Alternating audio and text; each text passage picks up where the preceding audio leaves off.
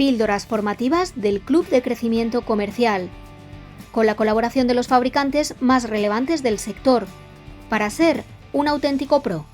Bueno, pues nada, lo comentado, me presento, soy Jordi Gibernau, arquitecto del departamento técnico de Rockwool. La idea de la jornada de hoy es hablar de los principios básicos de los edificios de consumo casi nulo, o que a veces se conocen pues, también como edificios Passive House o FCN, o bueno, es básicamente esto, ¿no? Hablar de qué características específicas tienen este tipo de proyectos y por qué está tan en boca hoy en día y por qué, digamos, creemos que es el futuro y hacia dónde nos estamos dirigiendo.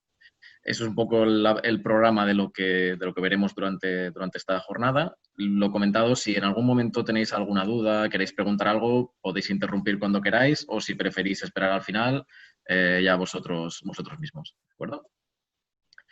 ¿De dónde viene esto de los edificios de consumo casi nulo? ¿Por qué pensamos en este tipo de edificios y por qué las normativas cada vez están dirigiéndose más a este tipo de edificios? Pues principalmente por este tipo de imágenes que podemos encontrar de muchísimas ciudades en las que, bueno, pues ya nos hemos dado cuenta que hay un problema serio a nivel medioambiental y donde pues, los edificios juegan un papel importante en la emisión de CO2. Y bueno, pues de ahí que desde todos los estamentos se están planteando soluciones para poder reducir las emisiones de cada uno de los ámbitos diferentes. Y en este caso, nuestro ámbito, que sería la edificación, pues tenemos un papel muy importante a jugar y podemos contribuir con este tipo de edificios y con este tipo de soluciones, es decir, soluciones pasivas y edificios pasivos que ayuden a limitar al máximo esta acumulación que veis aquí de polución y bueno, y al final que nuestro planeta pues, esté en mejores condiciones, ¿no? Las bases de los edificios pasivos es muy similar a lo que veis aquí en esta imagen con la cafetera. Es decir, los principios pasivos, tenemos el ejemplo de un termo en el que se conserva el calor gracias a sus propias propiedades de aislamiento térmico. Es decir, este termo, sin necesidad de estar conectado a ningún aparato electrónico, está funcionando perfectamente y está manteniendo unas características que le permiten pues esto no perder energía y bueno, tener una serie de características a nivel de confort. Cuando hablamos de principios activos, sería lo mismo, pues la cafetera que está conservando su calor, pero porque está conectada a la corriente. En los edificios pasivos, lo que se pretende es precisamente evitar el mínimo de conexión a la red y evitar el mínimo de consumo de energía para paliar estos efectos que hemos comentado antes de emisiones de CO2. Esta misma imagen que tenéis aquí de la cafetera la podemos trasladar a un edificio. En una termografía, por ejemplo, si comparamos un edificio pasivo como el que tenemos a la derecha, en el que el comportamiento en toda la envolvente es homogéneo, igualmente pasa en las carpinterías y demás, si esto lo trasladamos al edificio que veis al fondo, pues nos pasa un poco lo mismo, ¿no? Ese edificio del fondo, pues térmicamente estamos viendo unos saltos de temperaturas muy elevados, unos comportamientos muy irregulares en función de las zonas de la fachada. Es decir, lo que nosotros intentaremos o lo que se intenta con los edificios pasivos es justo la imagen que veis aquí a la derecha, un edificio que se comporte térmicamente de manera uniforme, que esté bien resuelto y que no tenga saltos importantes de temperatura ni en invierno ni en verano. Y esto es un poco la idea de los edificios pasivos. Y siempre pues estas soluciones que sean lo más pasivas posibles, es decir, soluciones que no estén conectadas a la electricidad directamente. Hay básicamente 5 principios de los edificios pasivos o que también se trasladan a los edificios que llamamos, o en la certificación que se conoce como Passive House. Hay uno muy importante que sería un buen espesor de aislamiento térmico. Normalmente pues, van a espesores superiores a lo que te exige la normativa. También tenemos ventanas de altas prestaciones. Tendremos también una línea de hermeticidad. Y es muy importante y clave minimizar o reducir al mínimo los puentes térmicos. Y el último de los factores clave sería conseguir una ventilación mecánica con una recuperación de calor. Vamos a ir viendo cada uno de estos puntos a lo largo de la jornada, de la formación. También uno de los factores clave, que le llamamos por eso el 5+2, sería optimizar las ganancias solares en el interior del edificio. Y también hacer una modelización energética de las ganancias y pérdidas. Es decir, estos edificios, este tipo de proyectos normalmente tienen unas simulaciones bastante interesantes que te ayudan a poder ver pues, esas ganancias solares y también aprovechar al máximo el sol que tenemos aquí en nuestro país para protegernos de él o ayudarnos del sol en función de la orientación de la fachada y de las necesidades del edificio. Pues estos serían un poco los 5 puntos clave, junto con estos 2 que vemos a la derecha, de los puntos clave que hay que tener en consideración en este tipo de proyectos. ¿De acuerdo? Empecemos con el aislamiento. Bueno, hemos hablado de estos 5 puntos, que también estos 5 puntos que hemos comentado anteriormente se han visto ya reflejados en este nuevo cambio de la normativa que ha venido a finales del año pasado. Es decir, en este finales de 2019 ya se publicó el nuevo código técnico en el que dentro del DBH ya se tienen en cuenta, sin especificarlo directamente, pero se tienen en cuenta todos estos principios. Es decir, se ha actualizado ya una definición de edificio de consumo casi nulo. En este caso, un edificio de consumo casi nulo para el código técnico será un edificio que cumpla con todas las exigencias del código técnico a nivel de demandas y consumos. También se han aumentado las exigencias térmicas de la envolvente, es un poco lo que comentábamos antes del aumento del espesor de aislamiento. También hay mayores exigencias térmicas a las carpinterías, es necesario cuantificar todos los puentes térmicos, porque hay que hacer un cálculo global del comportamiento térmico de toda la envolvente. También te establece unos valores límite de hermeticidad, o sea, de renovación de aire, y también te habla de considerar el factor solar. Es decir, todos los puntos que hemos visto anteriormente, que ya los hablamos del Passive House, se han incorporado al código técnico para poder conseguir un edificio de consumo casi nulo. El primer punto de los que hemos visto era el aislamiento térmico. Cuando hablamos de aislamiento térmico, principalmente es un medio que nos ayuda a conservar la energía que tenemos dentro de nuestra vivienda. Normalmente se utiliza en edificación para minimizar las pérdidas de calor en invierno y las ganancias que podamos tener en verano.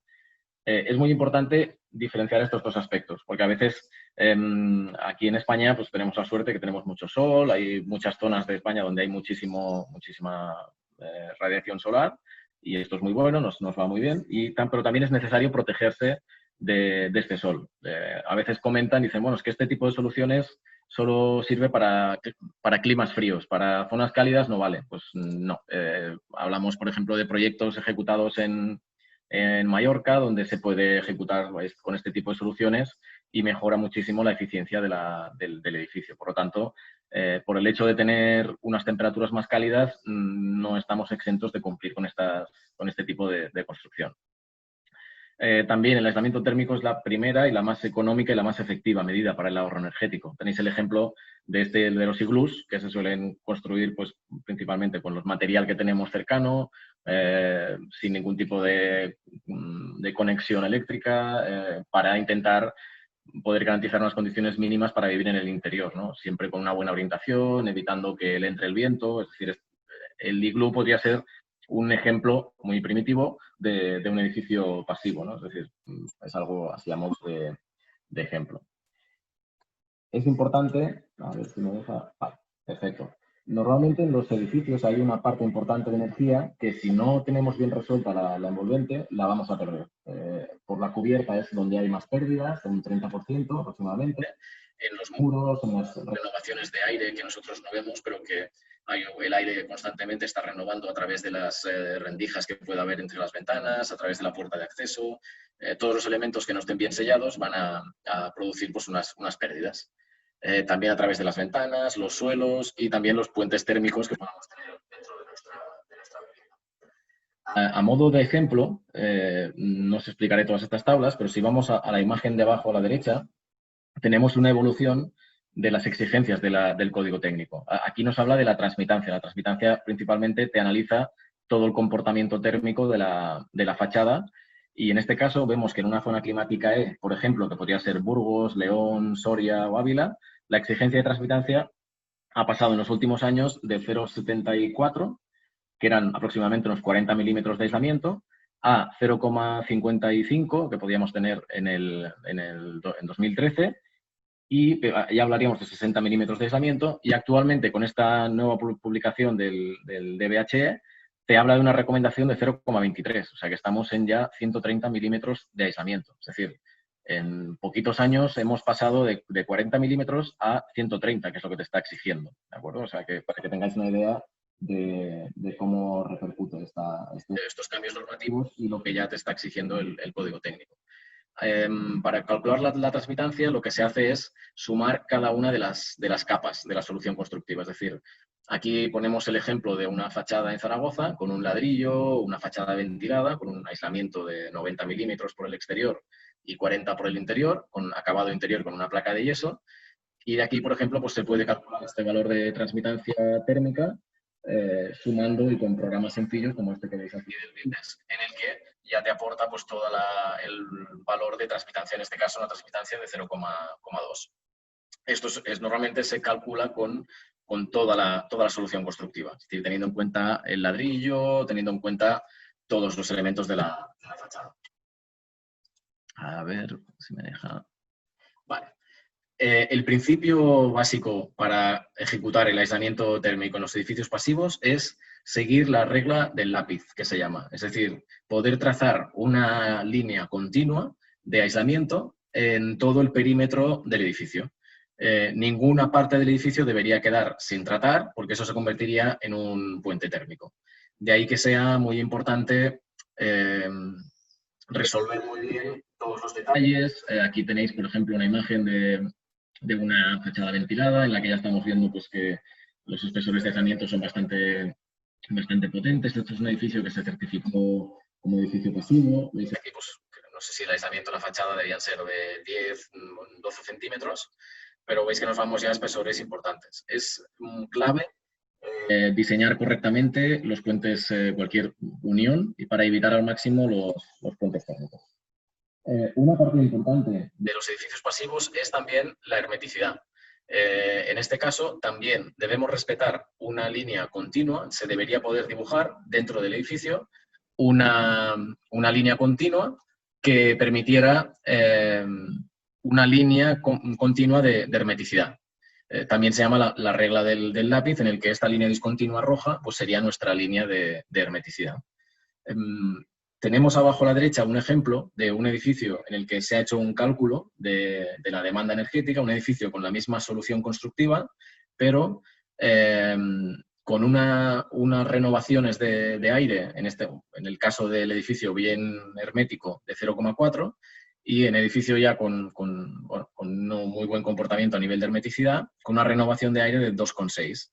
Y la demanda sube automáticamente al doble. Es decir, el hecho de tener una buena solución constructiva, pero no tener esta línea de hermeticidad, nos va a perjudicar mucho a nivel de consumo de energía. Por lo tanto, es muy importante que tengamos esta línea de hermeticidad. ¿De acuerdo? Por eso es muy importante definir bien los materiales, definir bien las uniones entre cada uno de los materiales. En este caso, normalmente para este tipo de soluciones se suele hacer para garantizar la hermeticidad, se suele hacer en los proyectos un test que le llaman el blower door.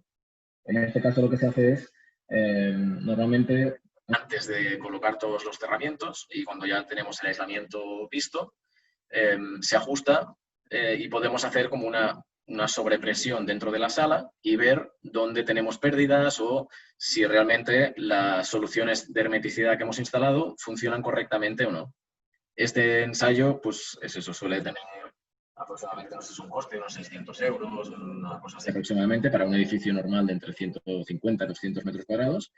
Y es muy importante, pues, se puede calcular, pero el cálculo pues sabemos que siempre es un cálculo que sobre el papel pues todo funciona correctamente, pero este ensayo te da realmente las pistas de si estás resolviendo correctamente todas los sellados o no. De ahí que aparezcan pues todas estas cintas que veis aquí, cintas de unión, juntas entre materiales, pues siempre con unos cerramientos especiales, para que tengáis un ejemplo también, pues con una superficie de 1 metro cuadrado de aislamiento de 140 milímetros, por ejemplo, con una junta abierta de 1 milímetro, estaríamos perdiendo entre 3 y 5 veces más de energía que con la solución bien sellada y bien resuelta, ¿no? Es decir, que es muy importante la hermeticidad, es prácticamente en este tipo de edificios es algo obligatorio, o sea, hay que sellar correctamente. Incluso lo que podéis ver en esta imagen, en una ejecución, en la unión entre el forjado, el pilar y el muro de ladrillo, también se ha realizado todo este sellado para evitar que en estas juntas pueda haber algún tipo de penetración o pérdida o garantizar por completo la hermeticidad de este edificio. Otra cosa que llama mucho la atención, esto es un señor que está pasando la aspiradora durante la obra. Es decir, la construcción tal y como se ejecuta hoy en día, pues eso, puedes tener superficies pues, que bueno, estén más o menos sucias, digamos, o tenerlo un poco así, todo un poco manga por hombro, todo tirado un poco así por el medio, porque bueno, la gente está trabajando, cada uno pues trabaja un poco como puede. En este caso, en los edificios pasivos es muy importante la coordinación entre los equipos de la obra. En este caso, el hombre que va a sellar, a colocar el encintado o que van a sellar esta unión entre el forjado y el muro, se está encargando de pasar esta aspiradora porque todo tiene que estar muy limpio, o sea, tiene que estar todo al milímetro para que estas cintas que se coloquen funcionen correctamente. Y es decir, pues es eso, hay que cambiar un poco el concepto del trabajo en la obra, ¿no? Donde antes todo era, pues bueno, si me cae aquí un pegote de mortero, lo dejo aquí y ya está. Pues en muchos casos no se puede ejecutar de esta manera y hay que llevarlo a otro nivel, a nivel de limpieza durante la ejecución de la obra. Ya veis, por ejemplo, las ventanas instaladas, que también se ha colocado una cinta de sellado específica en todo el perímetro, ¿no? Pues bueno, aquí tenéis algunos ejemplos más de cintas que se deben colocar en diferentes soluciones constructivas para garantizar este sellado. Hay muchísimos fabricantes que tienen estas cintas y, sobre todo, muy importante tener presente esto, que cada cinta se aplica de una manera específica, que, por ejemplo, soluciones como las que tenemos a la izquierda no son recomendadas o son errores comunes que nos facilitan que la hermeticidad que estamos intentando conseguir no sea del todo buena. Es decir, siempre intentar los conductos que puedan salir de la fachada o entrar que estén sellados de manera individual. Y bueno, un tema importante también es que estas soluciones que estamos viendo, por ejemplo, a nivel de aislamiento, de estanqueidad y demás, se pueden aplicar en casos de rehabilitación.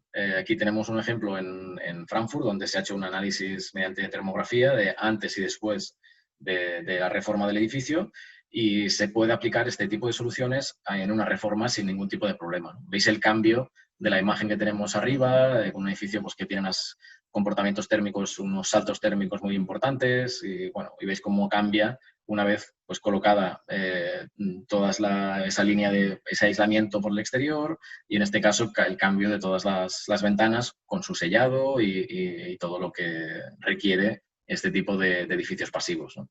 Es decir, que en una rehabilitación se puede trabajar perfectamente también con este tipo de criterio de edificio pasivo. La línea de hermeticidad también se puede conseguir con algunos materiales, es decir, por ejemplo, una capa de yeso, un enlucido de 1,5 centímetros, 2 centímetros, nos está garantizando la hermeticidad. No es necesario siempre colocar una lámina específica. También el hormigón nos garantiza la hermeticidad o las mallas reforzadas o algunas láminas específicas que venden algunos fabricantes y que también te garantizan esa estanqueidad, ¿no? En algunos casos también los tableros OSB. No todos, pero sí que hay algunos tableros que te garantizan esta hermeticidad. Por lo tanto, colocando este acabado de yeso continuo y siempre sellando las juntas, por ejemplo, pues ya tendríamos garantizada esta línea de hermeticidad que te exige los edificios pasivos. Pasamos ahora a las carpinterías. Es una imagen muy habitual el hecho de encontrarte muchísimos edificios que vemos actualmente, los radiadores justo debajo de las ventanas. Normalmente las ventanas como que se sobreentiende de que no van a funcionar del todo bien, de que van a ser zonas más frías y que, bueno, para compensar tenemos el calor del radiador para compensar esta pérdida que tendremos en la ventana seguramente. Lo que se pretende con los edificios pasivos es colocar unas ventanas de altas prestaciones y estas ventanas en muchísimos casos nos ayudarán a prescindir de los radiadores. No solo el tener una ventana buena, sino el edificio en sí, todas las medidas que hemos comentado, estas medidas pasivas, nos ayudarán al final a no necesitar colocar radiadores para calefactar nuestro edificio. Por lo tanto, el hecho de ahorrar en calefacción, tendremos esta compensación en el coste de pues, el incremento de una ventana un poco más cara. Las carpinterías son la parte más débil de la envolvente. La sección debería estar muy bien estudiada y debe estar muy pensada para que se adapte a cada proyecto específico. No hay una solución, una ventana estándar para cada proyecto, ni un material. Es decir, se pueden utilizar ventanas de PVC, ventanas de madera, ventanas de aluminio, hay muchísimos tipos de ventanas y este tipo de certificaciones no se cierran con ningún tipo de material. Es decir, se puede hacer un edificio Passive House de ladrillo caravista, a veces la gente también asocia que este tipo de edificios son edificios de madera, muy bonitos, pero no es necesario que se haga un edificio de madera, de CLT, por ejemplo, para tener un edificio pasivo. Cualquier edificio puede ser pasivo si se ejecuta correctamente, claro.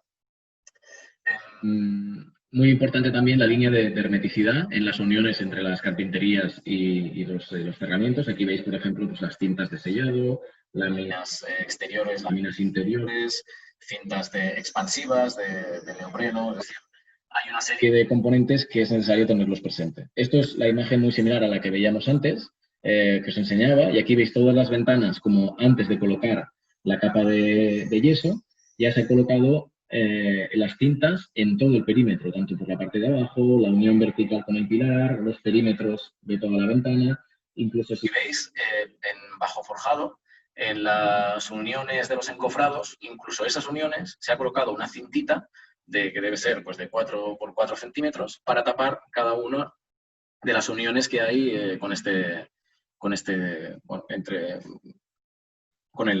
los encofrados, digamos, es decir, los elementos que antes eran un pequeño punto por donde podía escapar algo de calor, y en ese caso, pues para garantizar la hermeticidad, también cubrimos todos estos puntos. Es decir, la hermeticidad se debe garantizar en toda la continuidad. Y en este caso es un edificio de viviendas, una parte del edificio es vivienda pública, otra es vivienda de protección oficial y otra es vivienda privada. Por lo tanto, se debe hacer esta situación para cada uno de las viviendas. El tema de los puentes térmicos. Es clave resolver y minimizar y calcular todos los puentes térmicos que haya en el edificio. En este otro ejemplo, veis, este es el ejemplo de un balcón que sobresale y si os fijáis, el balcón que debería ser, pues lo que se hace habitualmente es pues un voladizo con la misma losa que acaba sobresaliendo y que acaba volando del edificio. En este caso, ya se ha dejado un hueco, como lo veis aquí en la siguiente imagen, para poder aislar ese punto y evitar que este punto sea una entrada o un puente técnico para el edificio. Es decir, la imagen que veis ahí abajo, este hueco que queda entre la separación entre las dos losas de hormigón, se ha rellenado con en este caso es un bloque de EPS, con el que se ha conseguido minimizar al máximo el puente térmico. No se resuelve al 100%, pero sí que se reduce de manera considerable. O, por ejemplo, las cimentaciones. También es necesario aislar las cimentaciones para garantizar esta continuidad y que no tengamos pérdidas a través del forjado hacia el terreno. En este caso, veis en el detalle de la derecha cómo el aislamiento de todo el perímetro de la cimentación y bajo la cimentación y en los laterales acaba conectando con el aislamiento de la fachada. Y de esta manera tenemos esta línea continua que comentábamos anteriormente. Tenéis aquí, por ejemplo, otro caso de una vivienda en el que se ha optado por un sistema de construcción muy tradicional, es decir, un sistema con estructura de hormigón armado, cerramientos de doble hoja cerámica, la cubierta apoyada sobre un tabique palomero. Y bueno, sí se ha resuelto todo correctamente, pero si veis la estética, pues es una estética muy convencional y muy tradicional. Si veis, por ejemplo, pues un tema importante, por ejemplo, el tema de las persianas, se ha sacado todo al exterior para poder garantizar que la persiana no sea un puente térmico. El voladizo exterior, veis que también está separado del forjado de cubierta, que el aislamiento pasa de manera continua.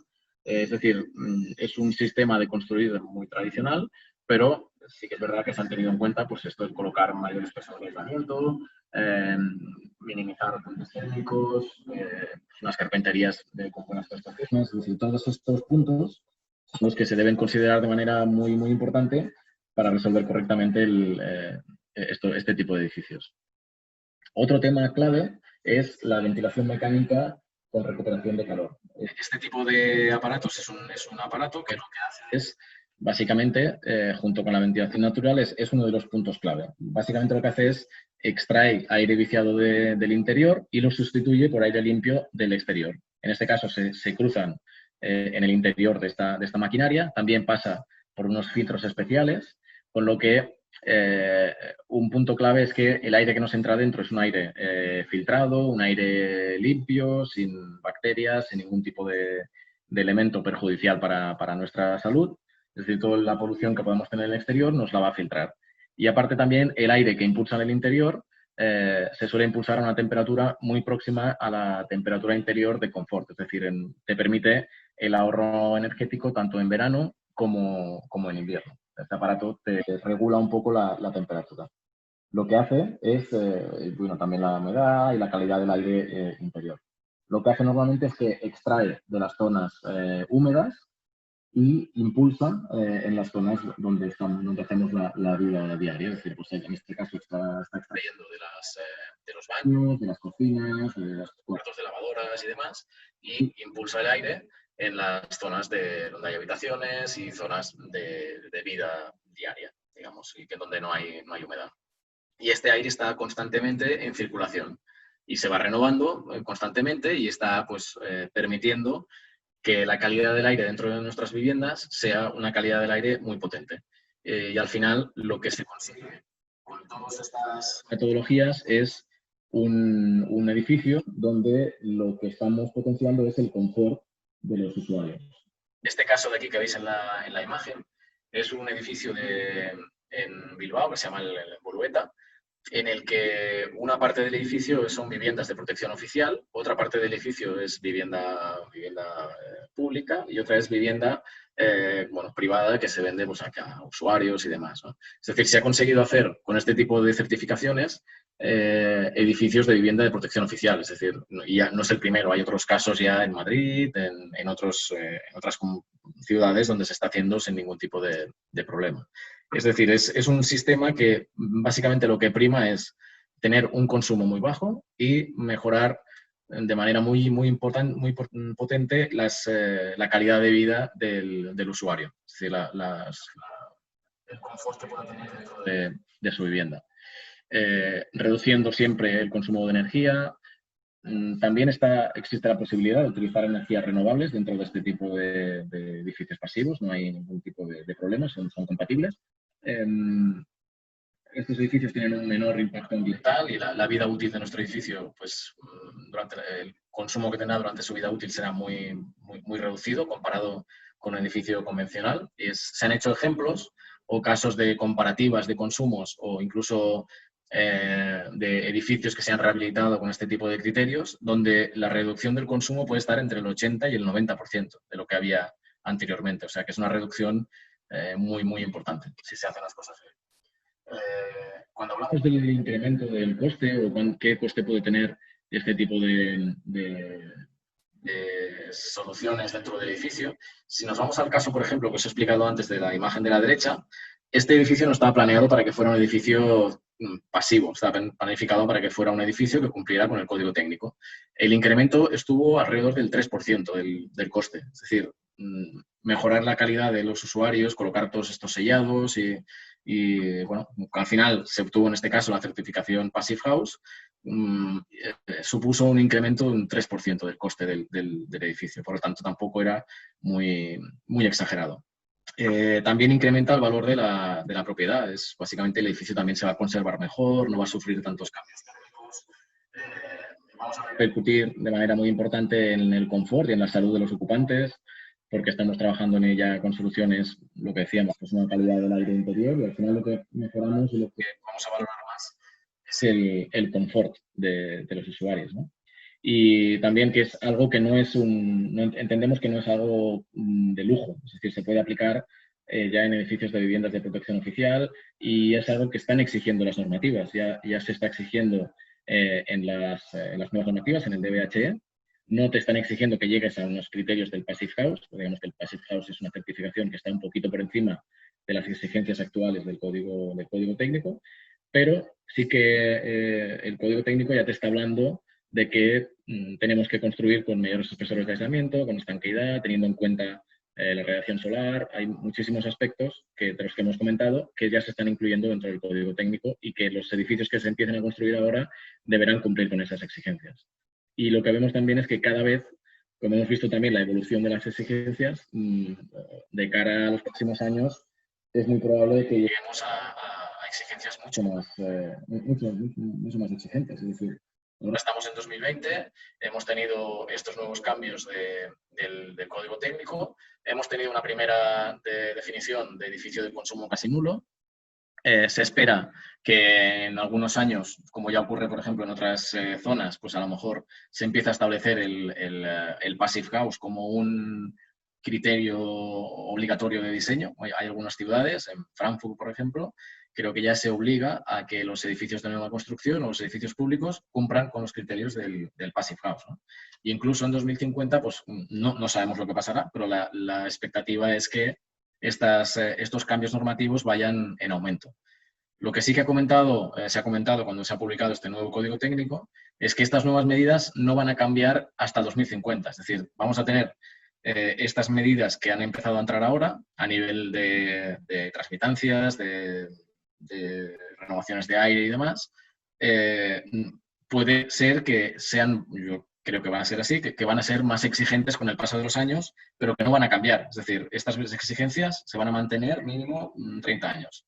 Por lo tanto, la idea es que ya hemos visto en algunos ejemplos, en distribuidores y tal, que se están preparando y que se están adaptando para poder dar respuesta a este tipo de soluciones, es convertir, digamos, los puntos de distribución en puntos donde haya mayor conocimiento sobre este tipo de construcción, donde pues, se pueda uno posicionar como experto dentro de la eficiencia energética, como líder también en este sector.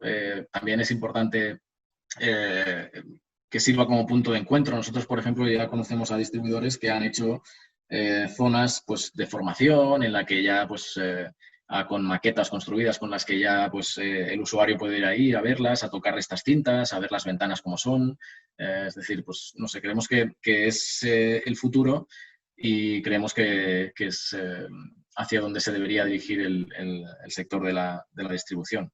Y principalmente esto es todo lo que os quería comentar. Este es una imagen de un proyecto, también es un edificio completamente pasivo porque es un refugio de montaña instalado en los Alpes eslovenos, en el que no hay ningún tipo de conexión a la red y en el que, bueno, pues cualquier escalador que tenga algún problema y pueda refugiarse aquí, pues lo tendrá abierto y podrá acceder sin ningún tipo de problema. Por lo tanto, eso yo a modo de resumen diría esto, que es el tema de los edificios pasivos es algo que ya tenemos encima y que va a ser, cada que vemos que las exigencias van a ir aumentando progresivamente con el paso de los años, ¿no? Y que, por lo tanto, los arquitectos ya están todos ya bastante mentalizados, pero creemos que los usuarios también cada vez más van a estar más familiarizados con este tipo de soluciones. Píldoras formativas del Club de Crecimiento Comercial, con la colaboración de los fabricantes más relevantes del sector, para ser un auténtico pro.